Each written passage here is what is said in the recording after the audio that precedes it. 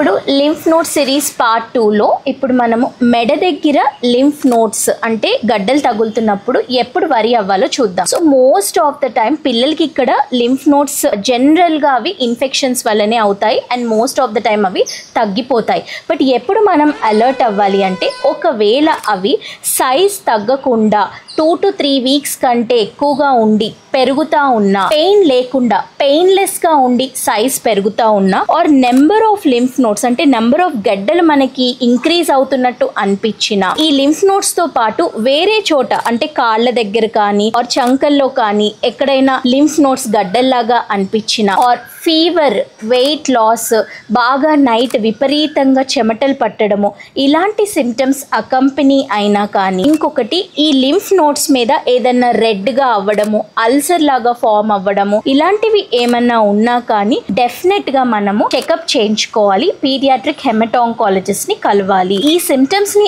Awareness చేసుకుని మనము ఎర్లీగా డిటెక్ట్ చేస్తే it can make a lot of difference.